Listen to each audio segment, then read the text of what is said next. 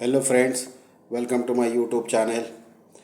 आज हम बात करेंगे एक न्यूज़ आई है, बहुत शर्मसार करने वाली न्यूज़ है। आज भी समाज में ऐसे दरिंदे मौजूद हैं जो हमारे समाज को गंदा कर रहे हैं। ये बिहार का एक ज़िला आता है पश्चिमी चंपारण। पश्चिमी चंपारण ज़िले के अंदर एक शहर आता है बगहा। बगहा के अंदर एक थाना आता है पटखौली। पटखौली थाना के अंतर्गत एक गांव है। उस गांव में माँ बेटी रहती हैं। तो बेटी का नाम प्रियंका है। तो एक दिन प्रियंका सुबह स्कूल में गई तो उसकी तबीयत ख़राब हो गई। वो क्लास 6 की स्टूडेंट है। उसकी तबीयत ख़राब हो गई प्रार्थना के अंदर ही। तो कुछ दवाइयाँ ली।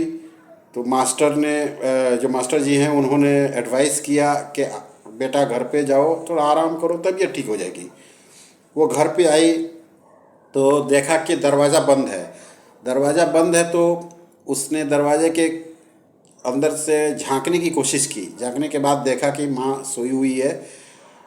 थोड़ी देर के बाद देखती है कि माँ बिल्कुल नंगी सोई हुई है और उसके साथ एक आदमी है। कुछ देर के बाद वो आदमी बाहर निकलता है।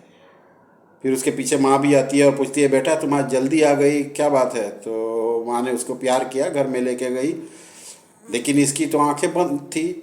ओ माय गॉड, इसने जो देखा था, ये सोच रही थी कि मैं क्या कहूँ और क्या करूँ।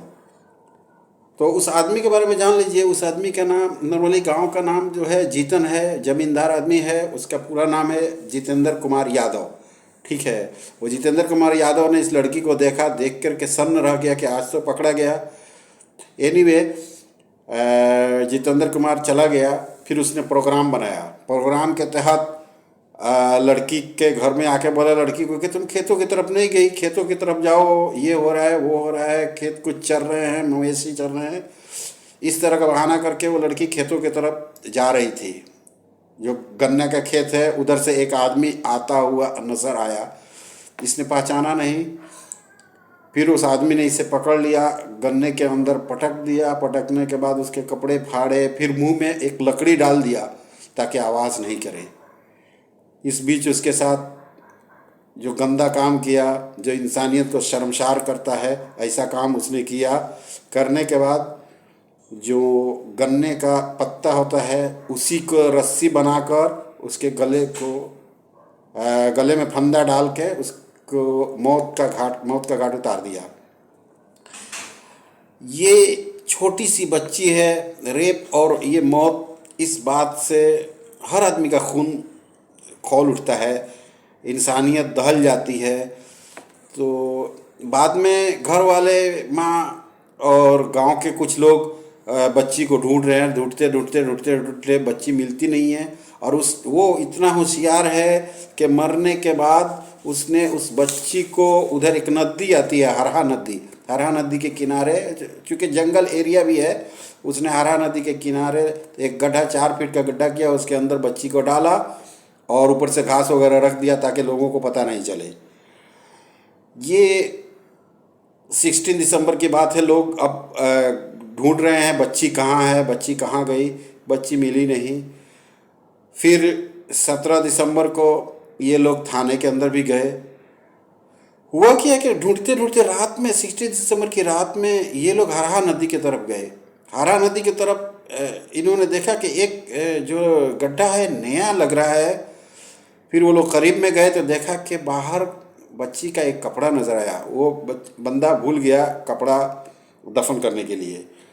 तब तक के इनको सब पता चल गया। ये लोग, सब लोग, गांव के लोग गुस्से में थाने में गए। थाना में केस, 5 आदमी का नामजद केस हुआ और इंक्वायरी शुरू हो गई। ये 17 दिसंबर का वाक़या है जब ये लोग थाने के अंदर गए थे। सो थाना में एफआईआर तो हो गया, ठीक है। अब एफआईआर के बाद इंक्वायरी शुरू हुई। थानेदार जो हैं उन्होंने और डीएसपी के कोऑपरेशन से बात पूछी गई, इंक्वायरी हुआ तो पता चला कि वो 4 आदमी उसमें शामिल नहीं हैं, सिर्फ एक आदमी शामिल है और वो है जीतन, यानी जितेंद्र कुमार यादव। और चौंकाने वाली बात यह है कि जितेंद्र कुमार यादव ने जो कहानी बताई, उस कहानी को सुनकर आप भी सन्न रह जाएंगे। उसने बताया कि पिछले 10 वर्षों से उसका रिलेशन उसके नाजायज़ संबंध उसकी माँ के साथ थे। और जब उस बच्ची ने देख लिया तो उसे डर लगा कि यह बच्ची कहीं लोगों को बता मत दे, इसलिए उसने बच्ची के साथ ऐसी हरकत की, उसे बुलाया खेतों में और उसके साथ बुरा काम किया और उसकी जान भी ले ली। सो दोस्तों, अभी इंक्वायरी पूरी तरह चल रही है और आरोपी जेल के अंदर है और भी इसके अंदर कुछ और लोगों का नाम आएगा। तो जैसे नाम आएगा और मुझे जानकारी होगी तो मैं आपके साथ शेयर करूँगा।